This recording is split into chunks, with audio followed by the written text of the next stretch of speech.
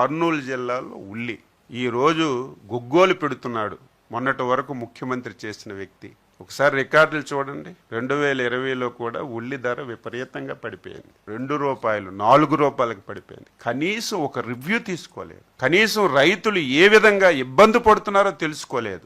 ఈ రోజు నువ్వు ఆ రోజు ఉల్లి రైతు ఇబ్బంది పడేటప్పుడు నువ్వు సాయం చేసి నువ్వు మాట్లాడితే దానికి ఒక అర్థం పర్థం ఉంటుంది. 2020 సంవత్సరం నువ్వు ముఖ్యమంత్రిగా ఉండేటప్పుడు కర్నూలు జిల్లాలో ఉల్లి ₹4 ఎవడు కొనక రోడ్ల మీద పడేశారు.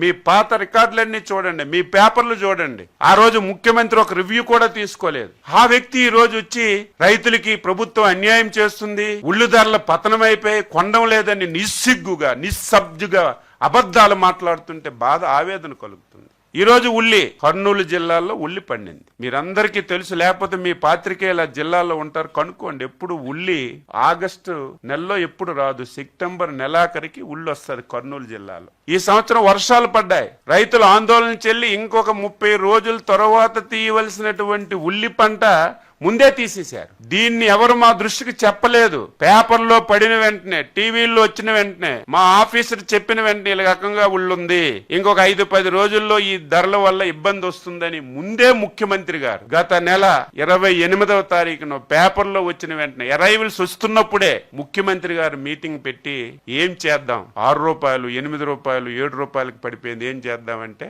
ఫస్ట్ టైం ఉల్లికి మినిమం సపోర్ట్ పై ₹12 పెట్టిన ప్రభుత్వం చంద్రబాబు నాయుడు ప్రభుత్వం, ఎన్డీఏ ప్రభుత్వం. గర్వపడి చెప్తున్నా.